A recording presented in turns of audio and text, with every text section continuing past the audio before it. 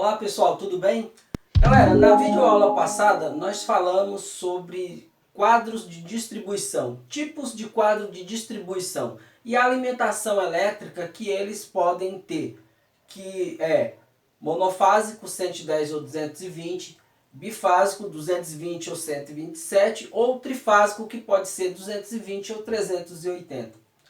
Na videoaula de hoje nós iremos conhecer os tipos de dispositivos de seccionamento e proteção que vocês poderão encontrar nesses quadros do dia a dia, em uma instalação nova ou uma manutenção. Se não me conhece, se está no meu canal pela primeira vez, eu sou Luciano Freitas, sou eletricista profissional eletrotécnico e técnico refrigerista especializado em climatização de ambiente.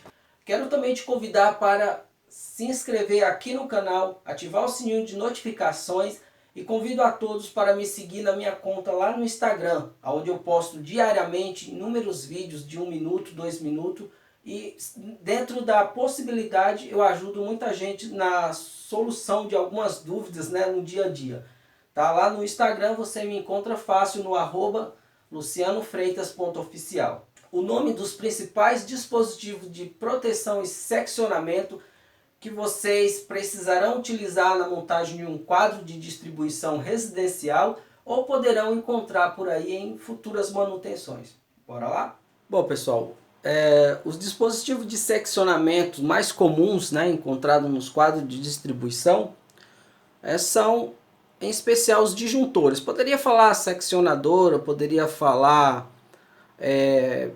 fusível, tipo cartucho, vários outros tipos, mas fugiria bastante, né, do objetivo aqui do nosso curso de elétrica residencial, tá? Mesmo assim, eu vou estar explicando as principais características dos disjuntores, tá? Eles são unipolar, tá? Onde só vai ter dois parafusinhos, um em cima e um embaixo.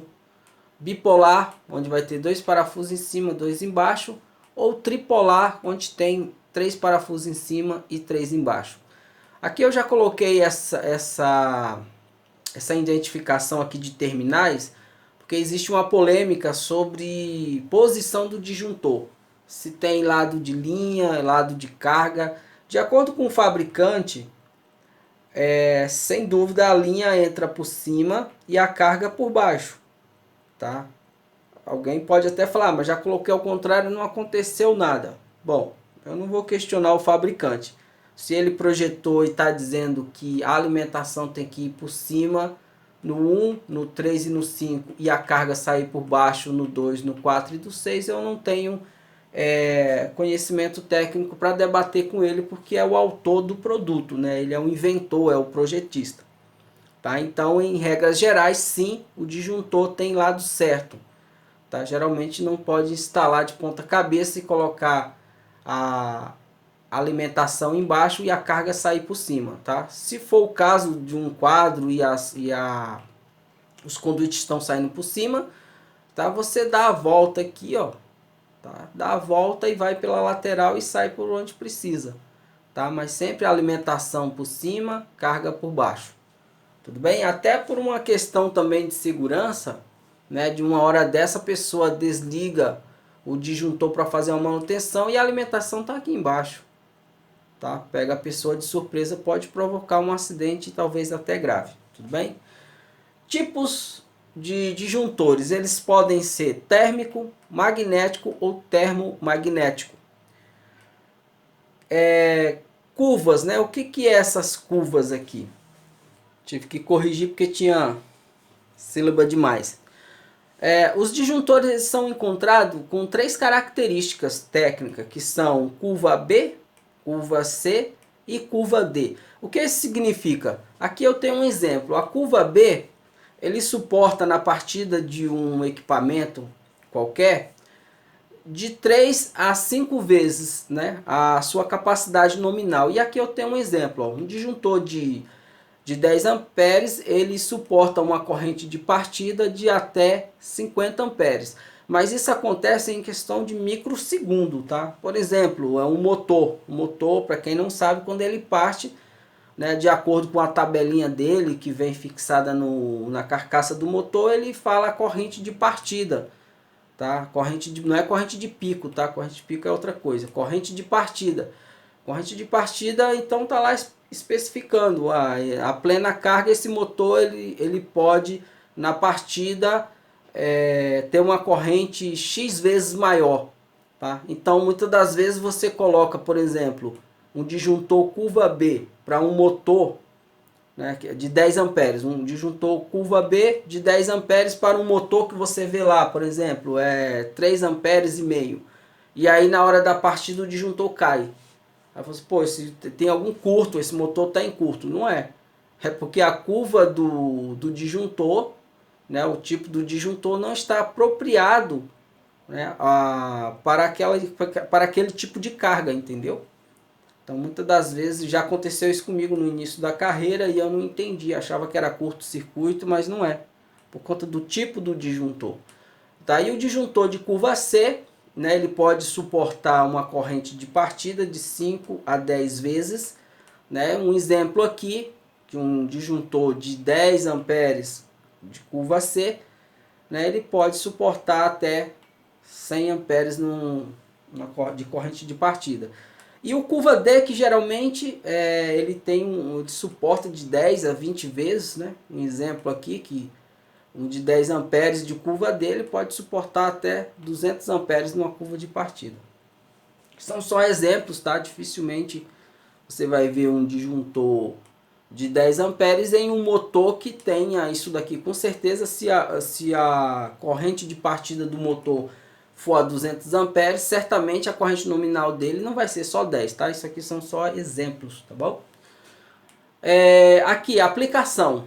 Tipo B é o mais comum, é o que mais a gente encontra por aí, é o tipo B, né, que geralmente é utilizado largamente em residências, pequenos comércios, porque ele pode seccionar circuito de cargas resistivas, como chuveiro, iluminação, tomada de uso geral, essas coisas, né?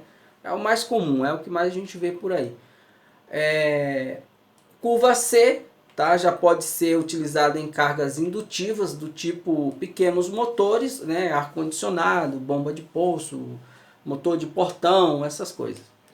E a curva D é os mais difíceis de ser encontrado no dia a dia, porque já são mais para uso industrial, leve ou pesado, né? Industrial leve ou pesada, né? Que já especificamente seria para grandes motores, tá? Então já seria potências, motores com corrente de partida muito alta, mesmo tendo uma chave de partida compensada em rampa ou de qualquer outro tipo.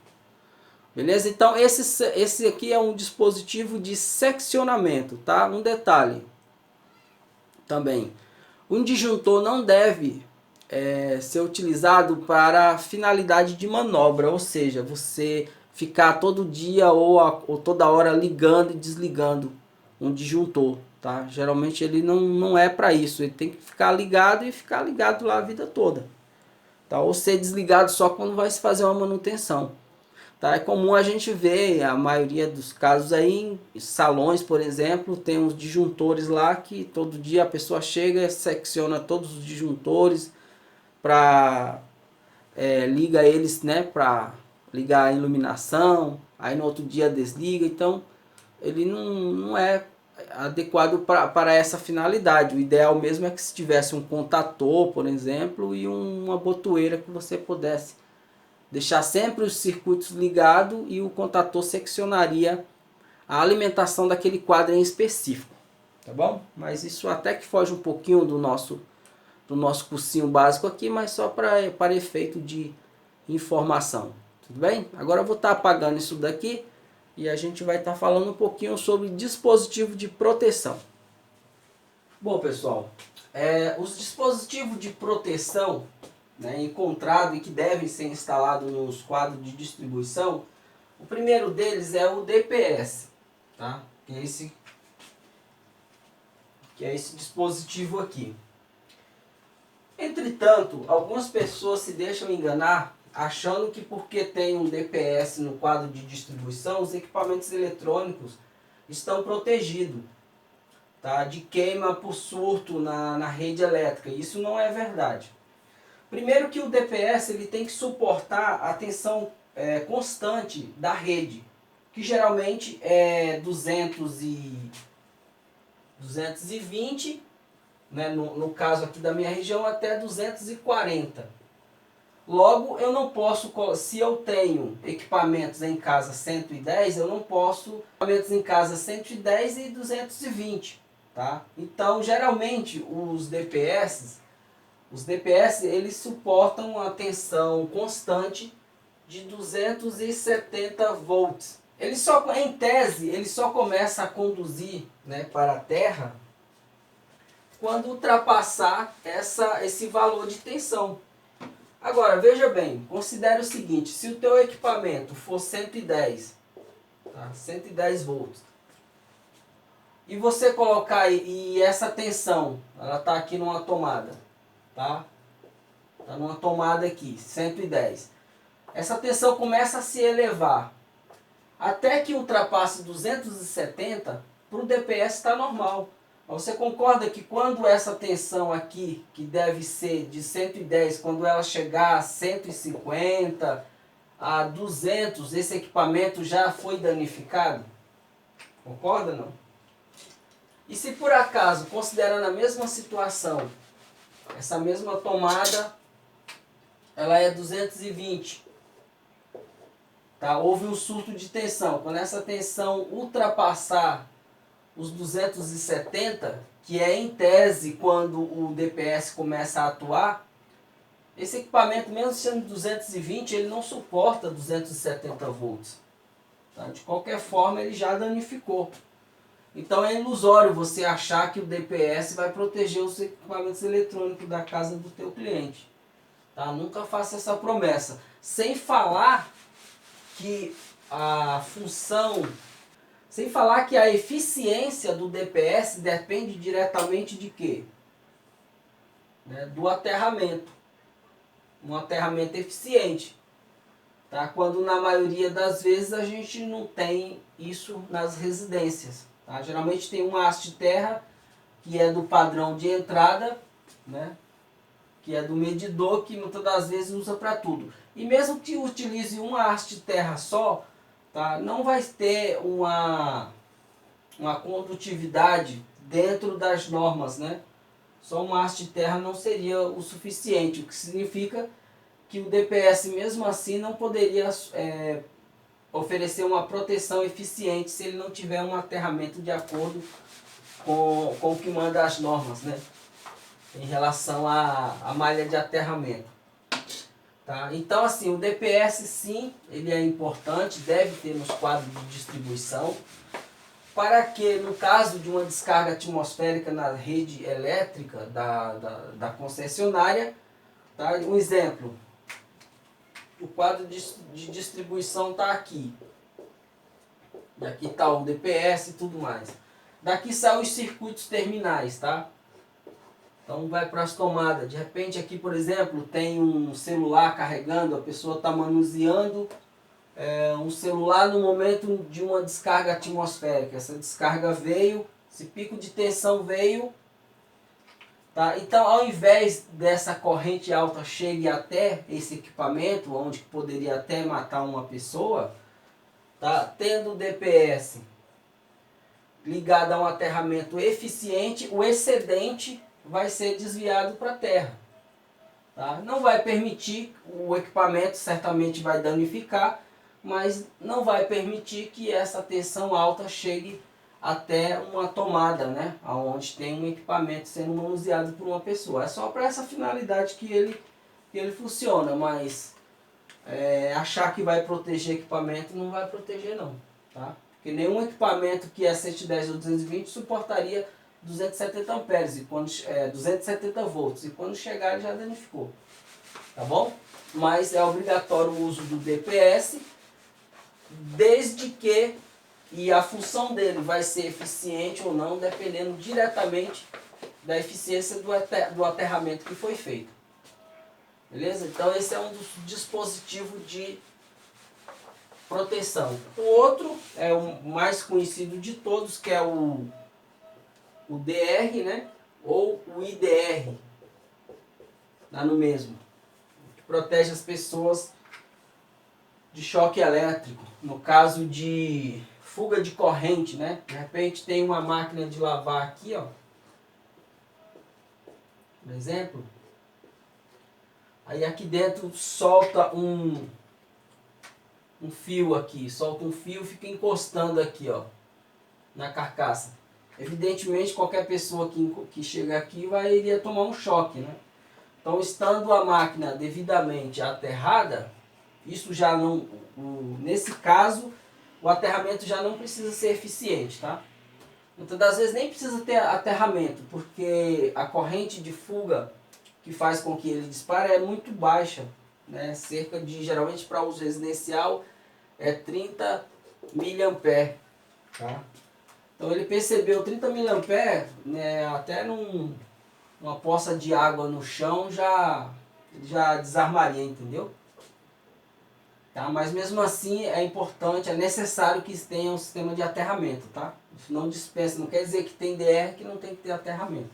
Tem que ter sim, por outras razões. De repente ele falha, o aterramento vai ajudar a desviar um pouco dessa. Aí nesse caso o aterramento seria eficiente, ou então vai ficar tudo energizado, igual eu já peguei. Já fui em casa de engenheiro eletrônico, estava dando choque no fogão, tudo quanto é equipamento que tinha carcaça de metal, estava dando choque. E eu descobri, quando eu cheguei lá, ele falou assim, ó, eu sou engenheiro eletrônico, eu sei o que está acontecendo, mas eu não sei como resolver, porque eu não sei como identificar essa fuga de corrente. Aonde que está essa fuga de corrente? Então, por isso que eu não mexi. E ele tinha reformado recentemente, aí eu fui no quadro de distribuição, isso é até uma experiência para vocês. Eu fui no quadro de distribuição da casa dele, ele falou, ó, reformei recente, tenho aterramento, tenho tudo. Então lá estava acontecendo o seguinte, ó. Eu não lembro se tinha DPS, essa parte eu não lembro. Faz tempo isso. Então aqui ele tinha uns disjuntores aqui, né? Tinha uns disjuntores aqui, o disjuntor geral. Tá? O que que eu fiz? Quando eu medi com um multímetro de uma fase com aterramento, estava dando 220, tá? Tinha uma fase que não dava nada e tinha outra fase que dava 220 aqui.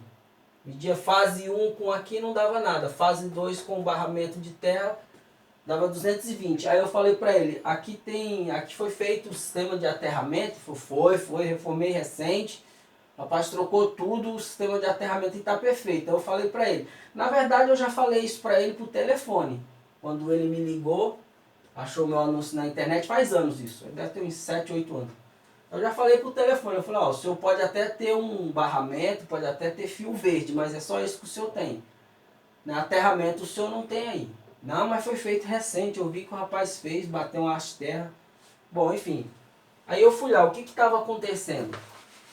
Aí ele falou, eu sei o que está acontecendo, mas eu não sei como achar o problema. Né? Eu falei, porque a casa era grande, um sobrado. Ele tinha uma cozinha lá, e na cozinha dele tinha uma ilha.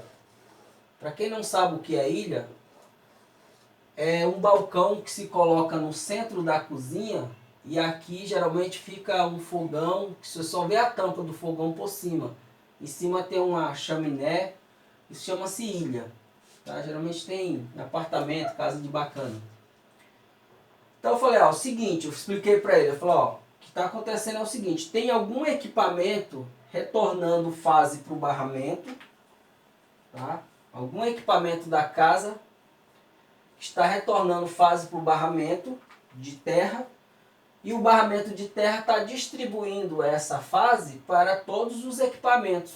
Ele falou, é isso mesmo, mas eu falei, como que eu vou achar qual que é esse equipamento? Então o que que eu fiz? Olha só a minha ideia. Eu peguei um multímetro, tá? Vou até desenhar aqui para ficar mais fácil. Então eu fiz o seguinte, pessoal. Peguei o multímetro, peguei o multímetro e coloquei aqui, ó, na fase que estava dando 220. Tá? E aí eu fui tirando, porque assim, na minha teoria que eu levantei, tinha um equipamento com fuga de corrente, levando tensão para o barramento de terra, e o barramento de terra estava distribuindo para todos os equipamentos, certo? Então eu pensei, bom, se esse equipamento está trazendo essa tensão para cá, isso significa que eu vou retirar os condutores de aterramento até essa corrente, essa tensão parar.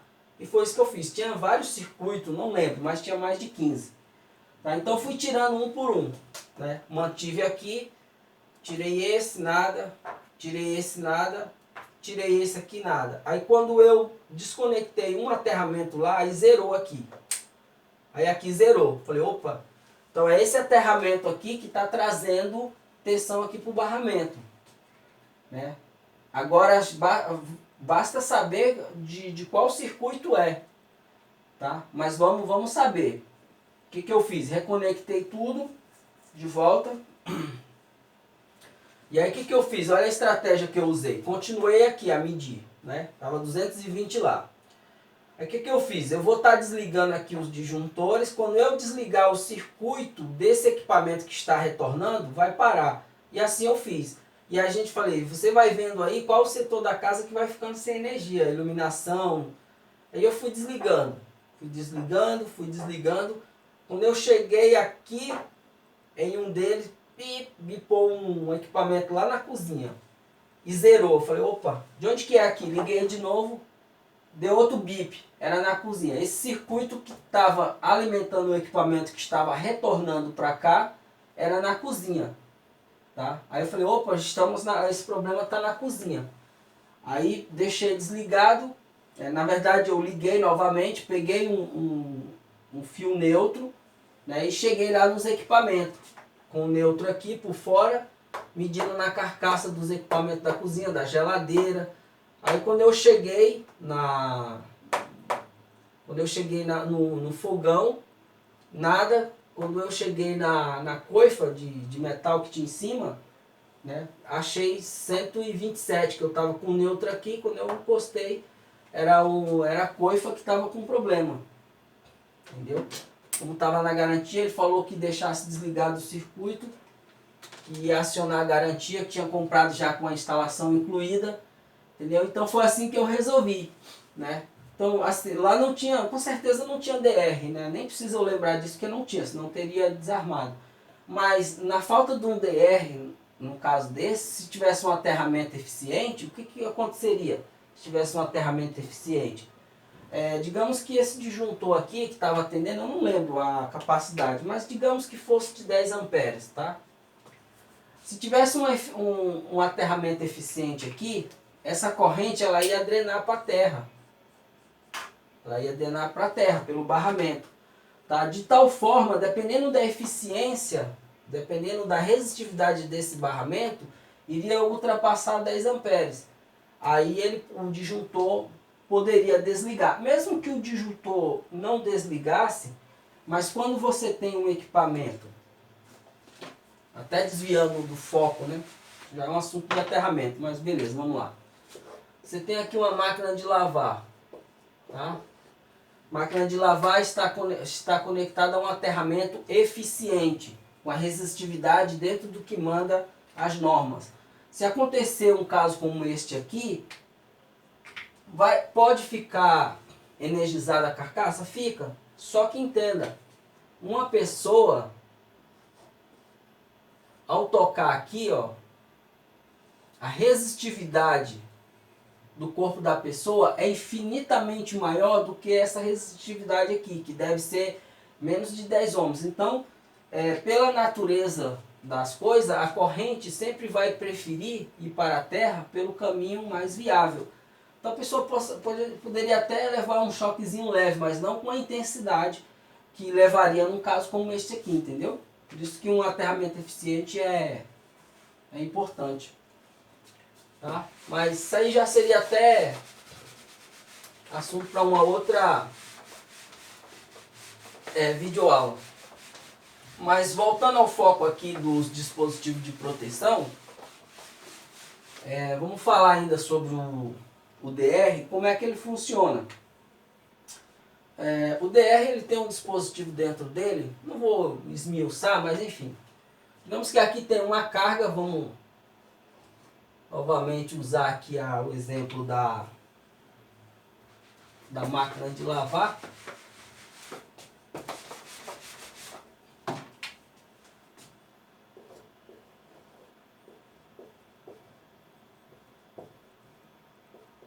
Aqui está o DR, aqui está a carga, digamos que seja uma máquina de lavar. E aqui está o circuito, né? O circuito vem, que seja fase e neutro. Digamos que o consumo dessa máquina em pleno funcionamento seja 3 amperes. Vamos arredondar aqui, 3 amperes. O que acontece? O mecanismo de monitoramento do DR, ele mede a corrente que foi e a corrente que voltou. Por isso que se chama circuito, tá? Porque ela vai e volta. Se acontecer uma fuga, né, seja ela qual for, ou o equivalente a 30 mA, ou conforme a sensibilidade do DR, ele vai perceber que foi, por exemplo, foi 3 A e voltou 2,8, por exemplo. Aí ele desarma, tá? Para evitar que ele não sabe se o problema está na carcaça ou se está indo para o terra, isso aí não interessa. Mas identificou essa diferença equivalente a 30 mA, tá? Ele desarma. Tá? E só pegando um gancho aqui, pessoal, eu sei que muita gente, até mesmo quem trabalha há muito tempo como eletricista, às vezes fica meio confuso nesse negócio de miliampere. Quanto que é miliampere? Né? Volta e meia você ouve falar isso, ou vê, sei lá. Né? Bom, miliampere, ó, 1 watts, 1 ampere, 1 volt. Qualquer uma dessas grandezas em mili, basta você pegar qualquer um deles, e dividir por 1000, tá?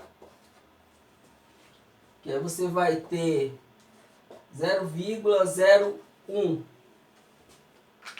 Então, se por exemplo, se você vê alguma informação, um DR, vamos falar de DR. Quanto que é 30 mA em relação a 1 ampere? É só você pegar 1 ampere, dividir por 1000 e depois multiplicar por 30. É como se você tivesse, quer ver um exemplo aqui? R$1.000. Tá? Você tem R$1.000 e desses R$1.000 você dividiu em 1000 notas de R$1 e pegou 30. Entendeu? Algo dessa natureza. Então qualquer uma dessas grandezas aqui, para você saber, porque aí poderia, aqui é miliampere, né? Mas poderia ser, aqui ó, poderia ser miliwatts, poderia ser milivolts, né? No caso ali é miliampere. Só para pegar o gancho aí, tá bom? Bom pessoal, chegamos ao final de mais uma videoaula, espero que você tenha gostado, espero que tenha te ajudado de alguma forma. Se ajudou, não esquece, compartilha com os amigos, se inscreve no canal. No próximo domingo teremos mais outra videoaula, tudo bem? E para quem está procurando se especializar e não pode esperar muito, eu selecionei os melhores cursos de instalações elétricas e comandos elétricos, está aqui na descrição do vídeo. E para quem está se formando, já se formou em engenharia elétrica e pretende trabalhar em qualquer uma das 24 cidades atendidas pela Enel, aqui em São Paulo, eu também tenho um curso, tá, com videoaulas, onde eu envio também de brinde 22 projetos prontos. Tá? Esse curso ele fica à venda no Mercado Livre, também o link dele está aqui na descrição do vídeo, tá bom? Obrigado por estar no meu canal, fica com Deus aí e até a próxima.